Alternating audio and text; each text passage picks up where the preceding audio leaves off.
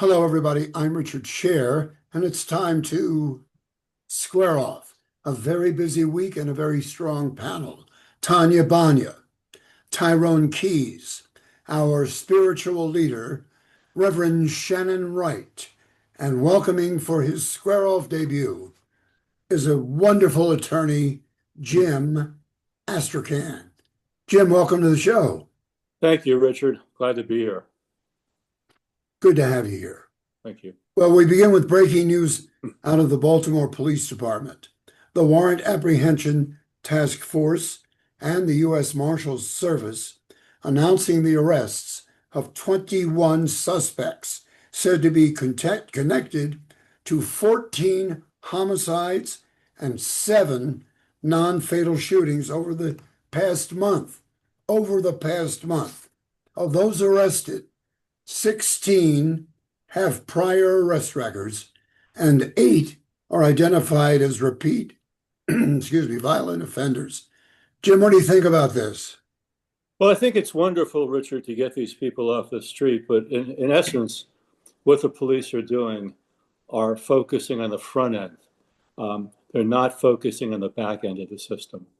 And what I mean by that is tomorrow, someone's going to be released from prison to replace the person who may be going back to prison, because the people that are being arrested today are going to be repeat offenders.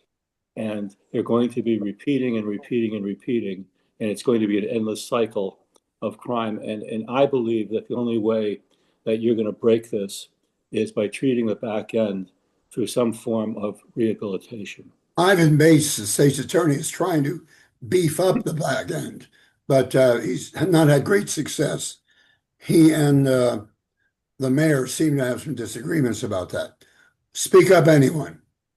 No, I think you're right about Ivan Bates. He is definitely the breath of fresh air we needed in Baltimore to start alleviating us of this crime problem.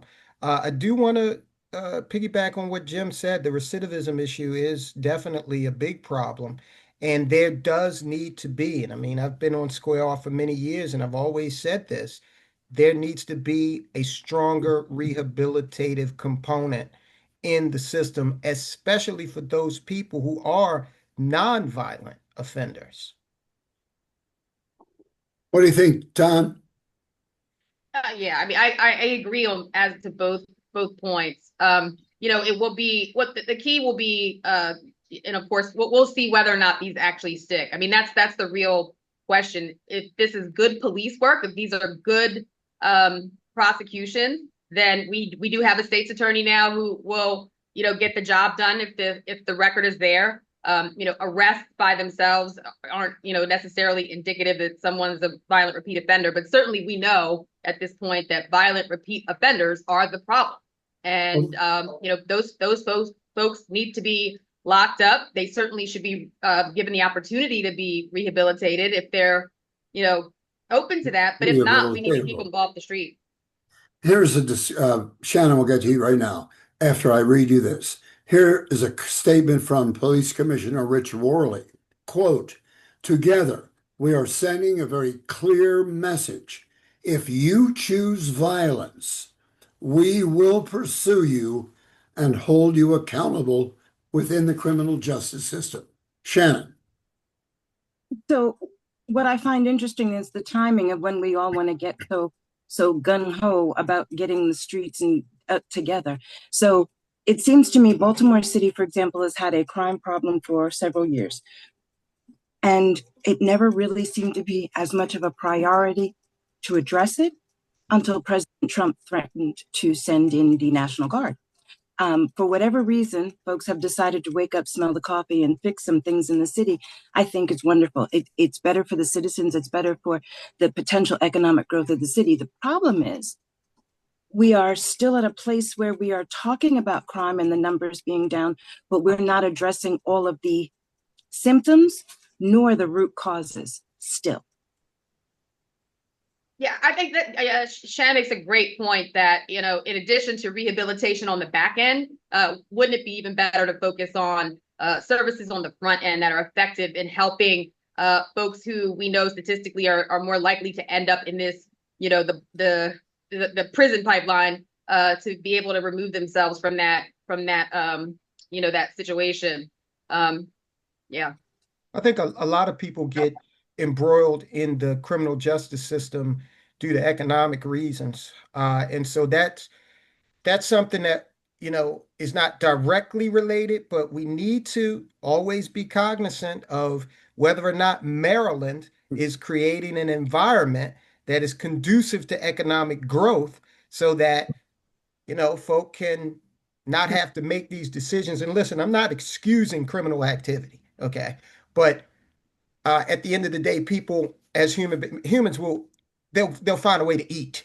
Okay, so we've got to also worry about what are we doing in this state to foster the economic environment that will prevent folk from having to make tough choices in terms of criminal Mayor activity. Scott has Absolutely. Mayor Scott has this warning, quote, he says gun violence has no place in Baltimore, and anyone who chooses to participate in it will be held accountable. What do you think about this? This is going to get worse. I'm sorry.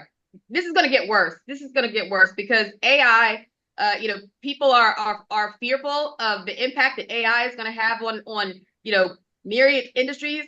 People are grossly underestimating how quickly that impact is going to be felt and be reflected in unemployment numbers. And people who have not previously been unemployed, who are not experienced at dealing with adversity and not being able to feed their kids, are going to find themselves for the first time unemployed for prolonged periods of time. We are headed for a complete overhaul and upheaval in our society as we know it, and our political leaders are not preparing our folks for it. People are not ready for it, and Brandon Scott in particular is not doing anything to focus on that issue.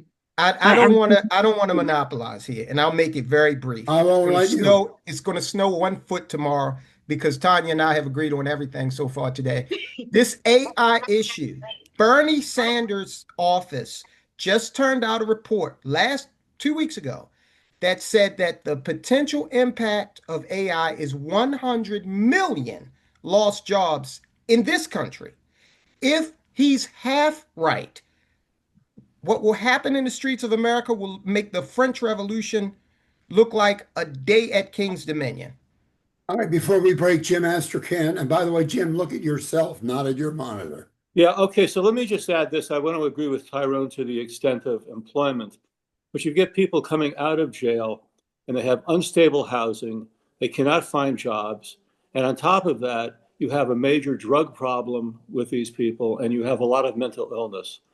And so if you can't solve those problems, these rehabilitative problems for people coming back out, the statistics say that within a year, these people are going to be committing additional crimes. All right. So we're taking people off the street, but we're putting people back on the street who are going to commit crimes, and it's a cycle. At some point, you've got to be able to break that cycle as best you can. All right, Jim, ladies and gentlemen, we're going to take a quick break. I want you to meet the voice of Square Off, coming from the Square Off Library, where we've had all of our shows documented. Howard, please. Not only that, not only all of our shows documented, this is where we do all of our research, and it's unbelievable. If you or a family member has experienced personal injury, medical malpractice, or nursing home neglect, it's time to call one of our long-term sponsors, the law firm of Barry Glazer. He has the legal team and resources to go after the big insurance companies to get you every penny he can. With an in-house medical doctor and nurse, his attorneys work on the toughest and most complex medical malpractice cases. Barry Glazer is your best advocate for the injured, disabled, and medically abused. So give Barry Glazer a call at 410-547-8568. Let them know you heard about it on Square Off. And if you're experiencing any kind of foot pain that requires medical attention, I recommend Dr. Kelly Gagan, a well-respected board-certified podiatrist and heel specialist. No one is immune from foot problems. And if your concern is the appearance of your feet, Dr. Gagan has a long record of success using laser treatments to correct your issue. Plus, they're safe and painless and go right to the root of the problem. You can believe me because I'm a cured patient. So is Richard. So give Dr. Gagan a call at 410-753-4422 to set up an appointment. Once again, that's 410-753-4422. Now back to you, Richard. I got to go do Howard, some thank more work in you. the library. Yes. Well, Kelly Gagan is great with my feet. And Barry Glazer, by the way, if you're having some kind of a legal issue, had a several $1 million settlement for his client the other day. All right, moving on. Also breaking this week, President Trump's revenge tour has continued with the indictment of his former national security advisor, John Bolton, who joins former FBI Director James Comey, Letitia James, the Attorney General of New York, all three now indicted. What do you have to say about that, Tonya? You're shaking your head. Tonya. Of course, the irony is that the president has a weaponization unit in the Department of Justice to weaponize the Department of Justice against his enemies. It has essentially turned the rule of law on its head, and we're seeing this in the fact that they can't get indictments, which is unheard of. It's unheard of for prosecutors to not be able to get indictments when there's no adversary. They're the only ones there. They can't get indictment. Now, obviously, we're talking about people who have been indicted, but the fact that they are there are lots and lots of cases where the Trump administration has failed to secure indictments. It's telling you people don't believe them. They don't trust them. The fact that ICE just has shot and killed people, the fact that ICE agents and federal agents and attorneys have submitted false affidavits when there's video that shows that their story is not true, our government has zero credibility right now. Shannon, what do you think? I think we're in a hot mess situation at the moment. If the question is specifically the weaponization, clearly I could see the argument being made to say it looks that way. But there are times when the difference between, I'm gonna be real with y'all on this, the difference between Donald Trump and all of the other presidents is that he actually says what he's gonna do and lets you know where the bodies are buried. So what I mean is, Obama made sure to do certain things in the way that he wanted in his administration. But one of the big differences, he knew when to keep his mouth shut. And just because there are things that you do, it doesn't mean all of them need to be said. There is something to be said for being silent and letting people think what they want. We have a president right now that some folks would agree with his policies. They just don't agree with a lot of the words that actually come out of his mouth. And we got to bring some of that civility back. We've got to bring some of that common sense and decency back, which seems to have been lost on both sides. If we could find our way back to the middle, and we say this regularly, we'd be in a much better place on a whole bunch of topics and issues across the board. Go, Jim. Well, Richard, I think that if Hegseth can rename the Department of Defense to the Department of War, then they ought to rename the Department of Justice to the Department of Retribution. But there is a distinction between James and Comey and Bolton, I believe, and in the James and Comey cases, both very, very senior prosecutors in the Virginia office indicated there was not sufficient evidence to indict either of these people, and they were both removed. And the president inserted somebody with no experience whatsoever, who had not been properly approved by the judges, who then indicted both of those people despite the evidence. And I believe that she violated all of her ethical requirements as a prosecutor to go where the evidence takes you, as opposed to indicting for the sake of indicting. Comey, final word on this situation. His timing may be bad, but I do think that there is where there's smoke with, I don't mean Comey, I mean Bolton. Where there's smoke with Bolton, I think there is fire. I think that he's been looked at for a while. As I said, the timing is terrible, but it may well be that he did exactly what Trump did, that he was indicted for down in the Southern District of Florida. Tyrone, you agree? Well, I do agree that Bolton has been looked at for a while now. In fact, the Biden administration also took a look at him. Uh, this seems like a very clear-cut case. I mean, the indictment says that he was manipulating classified documents on an AOL account, okay, which is hardly secure. He should be prosecuted for still being the last man to deal with AOL. But I think the Democrats and the Republicans need to get in the room and they need to stare at a picture of Gerald Ford. I think Ford made the right move when he preemptively pardoned Nixon. We're going down a road that if we keep on, we're going to look a lot like a South American banana republic with, all of these reprisals and indictments and whatnot. Now, listen, I'm not suggesting that people should be Gotta wrap it. above the law. However, uh, when you're at the point, and the Justice Department has such a high conviction rate because they typically don't go into things that they are not relatively sure they can win. So, to the extent that the administration is forcing the DOJ's hand on these indictments or any indictments, that's a very slippery slope. All right, let me just say this. There's other breaking news from the White House this week where President Trump met with Ukrainian President Volodymyr Zelensky on Friday. Trump also had a 2-hour phone conversation with Russian President Putin on Thursday, and Trump and Putin have agreed to meet again in the coming days. Does this look kind of bad for Ukraine? Ukraine has been devastated. So I think any march toward a solution that does not involve more martial conflict, I think that's going to be good for the people of Ukraine. So I would like to see, I'm predilected toward diplomacy.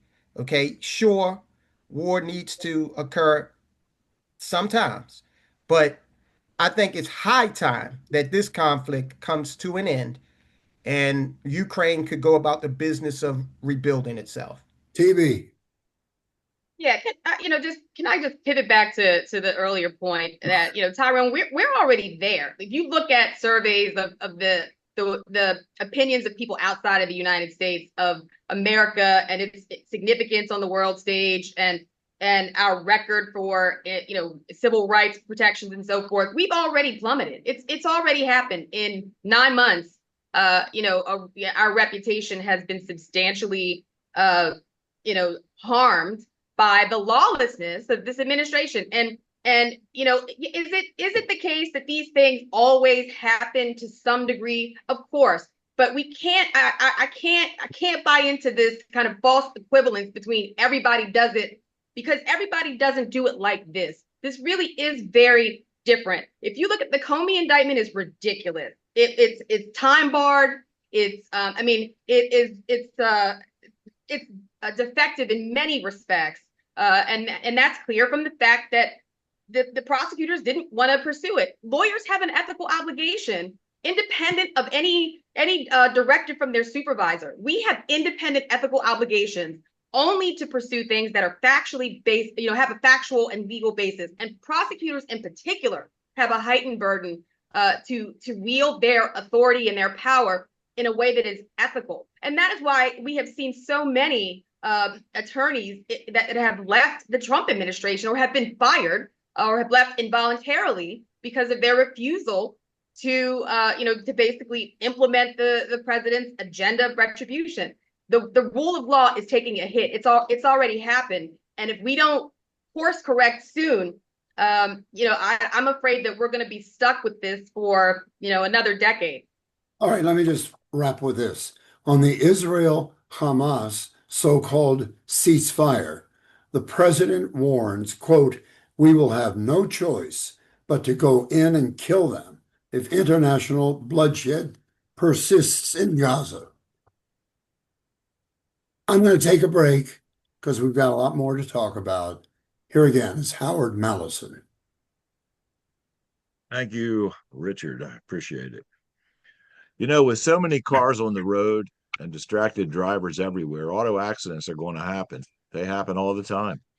If you've experienced an accident, the insurance companies can't tell you where to take your car. And you know, that's why more and more drivers are taking their cars and trusting their auto repairs and maintenance to leading edge auto body and mechanical repair. They work on all makes and models and offer free pickup and delivery anywhere in the Baltimore area. Give them a call at 410-443-6433 or visit them 5807 Falls Road in the heart of Mount Washington. They make your car look and run like new again. You know, and for breakfast, lunch, and dinner, your choice for a great meal starts at the Double T Diners. And all the menu choices are served the entire day. The Double T Diners have locations all over town: Route 40 West, Perry Hall, White Marsh, Bel Air, Laurel, Annapolis, Pasadena, and the EC Diner in Ellicott City. You've never seen a menu with so many choices. That's why the Double T Diner wins so many reader polls year after year. And Monday nights are lobster night at By the Docks, part of the Double T family. Let them know you heard about them on Square Off. Back to you, Rich. Thank you so much, Howard Mallison. Over at the Pentagon, ladies and gentlemen, you forget about Meet the Press. There'll be no meeting of the press. This after major news outlets have not agreed to sign Defense Secretary Pete Hegseth's edict to the media that cover the Pentagon, that any news coming out of there must first be approved by Hegseth. Break the rule and your credentials will be revoked, and out you go from the Pentagon. Who has a comment on this? I'll like to comment on it. First of all, these new rules would make reporters stenographers, and they would be parroting press releases, is what they'd be doing. They wouldn't be watchdogs, and they would not be journalists. And as a legal matter, what this is called is a prior restraint, which since 1931, the Supreme Court has recognized as being an unconstitutional infringement of the media's First Amendment rights, except in the narrowest of circumstances. Oh, that's your comment. That's my comment. Yeah, It's a good I'm one, not isn't sure it? to say.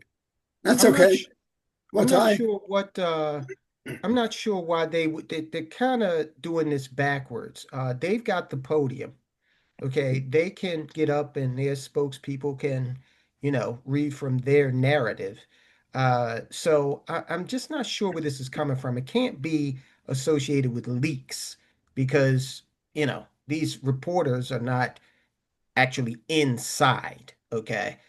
So it's perplexing, but I would have to reflexively just say, yeah, I'm on the side of the press with this one.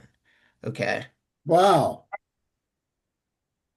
Once again, we're seeing the hypocrisy of the free speech for me, no speech for thee.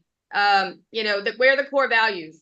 This is core American values that the Trump administration is flouting, and it's just completely unacceptable. The 5 major networks, the major newspapers, they all refused to sign Hegseth declaring Pentagon access is a privilege and not a right. Speaking of right, what do you think about that, Reverend Wright? Y'all might all get mad at me, but I ain't mad at that. And I'm gonna tell you why. The Pentagon is where our strategic plans come out of. The Pentagon is where there's a lot of information that is not for public consumption. Now, I understand the Constitution. I understand what everybody says about freedom of speech, and I get that. I do. But when it comes to nation security and defense, that's not for everybody. It just isn't. And with the technology and everybody talking about AI and all the things that come out that weren't supposed to and all of that, there need to be some places where, yes, there is a wall. Now, and there is, Shannon, there is top secret confidential information. That's not what we're talking about. We're talking about the freedom of the press to cover the actions of our government, a government which, by the way, is right now engaged in war crimes, blowing up boats from other countries. Like, the press needs to be able to report on these types of developments and actions by our military, and that's not top secret, and that's not a threat to national security, and the press is doing their job when they report on those types of activities. The media news organizations, refusing wait, one sec, Jimmy. The media news organizations say this new policy is without precedent and threatens core journalistic protections. We will continue to cover the military, upholding the principles of a free and independent press. So they'll keep talking. What, Jim? Go ahead. I'm sorry. What I was going to say is that you don't have to have access to the Pentagon to have access to your sources. And what the Pentagon is trying to do is to shut down the news unless the news is related to the facts that the Pentagon wants the media to report. So these reporters, by not agreeing to this, will continue to access their sources by telephone or by electronic mail. And they will get the stories and they will report these stories. And these stories are critically important to a free press and to a transparent society. And what the Pentagon is trying to do is to shut down this transparency and to feed to the press only the stories that the Pentagon wants to see repeated in the news. And that's just not the way the First Amendment to the Constitution works. And this is not the first attempt by this administration to take away constitutional rights that have been granted to the people that we've lived with for 250 years. This is just another attempt to Let's take a holistic look, because every administration that I can remember has done something to kind of flout the press freedom rules that we have. And usually the press will come together and defend their institution. Obama did it. Biden tried to ban reporters, and the press stood up. So they're doing that here. If the Pentagon is worried about confidential information, then they need to handle that with the people on the inside. For example, we just talked about Bolton, right? So that would, if indeed these allegations are true, that would be a result of Bolton's malfeasance. He's an insider. The press wouldn't have had anything to do with that. In fact, I've not seen any stories about the specifics of what Bolton had in his possession. So I think that Hegseth could handle this better from the inside with Pentagon personnel and policies that would prohibit folk from leaking information. Here's a new feature now. Thank you, Ty. On Square Off Briefs, I'm just going to give a topic out there, call on one of you, and we'll move on. We only have a few minutes left. The government shutdown, now in its third week, no end in sight. Thousands are getting unemployed. What do you think about that? Tonya? Well, I talked about the impact of AI. This ahead of that, we are seeing thousands of people in the federal sector who have been impacted by the terminations and layoffs of the Trump administration, and of course, this shutdown will likely multiply that number. The Trump administration needs to acknowledge this is not about healthcare for people who aren't, legally present in the United States, and they need to work this out and reopen the government. Jim, briefly, quick sentence. Jimmy Astrachan, go ahead. Yeah, on this issue, I think it's tragic, and I hope the parties will come together. But the Democrats are trying to make the only stand they can possibly make, and it looks to me like the Republicans just don't care, and everybody's spinning their own side of the story. And the question is going to boil down in the midterms, I suspect, to which side do you believe? Who caused this, Republicans or Democrats? Here's our next Square Off Brief. President Trump posthumously awards the Presidential Medal of Freedom to conservative activist Charlie Kirk on what would have been his 32nd birthday. What do you have to say about that, Shannon? I understand the sentiment behind it. I know a lot of people are probably displeased with it and think that something like that should have gone to other folks. But the bottom line is this: we're in a situation in a place in our country where people, for the ability to be able to say what they think, are getting killed, and that's not right. All right, go ahead. No, All right. that's stopping there. Final square off brief. This happened 2:15 a.m. on Thursday. Was Thursday the 16th? Yes, that was Thursday. According to multiple news reports, a jewelry store owner in Baltimore in the Canton neighborhood shot and killed a man who was breaking into his store early in the morning. The incident 2:15 October 16th, 2200 block of Fleet Street. It's being investigated. What do you think about that, Ty? It's early in the game. They've got to look into it and find out what actually happened. But I do think that it is an indication that rank and file citizens are reaching their limit in terms of violent criminal activity. Very good. Ladies and gentlemen, you guys are great. Jim, welcome to the show. Thank you, Richard. Tonya, always a pleasure. Reverend Wright, and of course, Tyrone Keys. If you have any comments to make that I could read on the air, you just have to email watchsquareoff@hotmail.com. Watchsquareoff@hotmail.com. I might read your letter next week. Or they could send it to John Bolton at AOL.com. You can get it there too, right? Tyrone, this is the end of our friendship because I have been and am still on AOL. Keep watching us at squareoff.net. Thank you all so much for joining us, and we'll see you next time. And once again, we square off. Goodbye, everybody.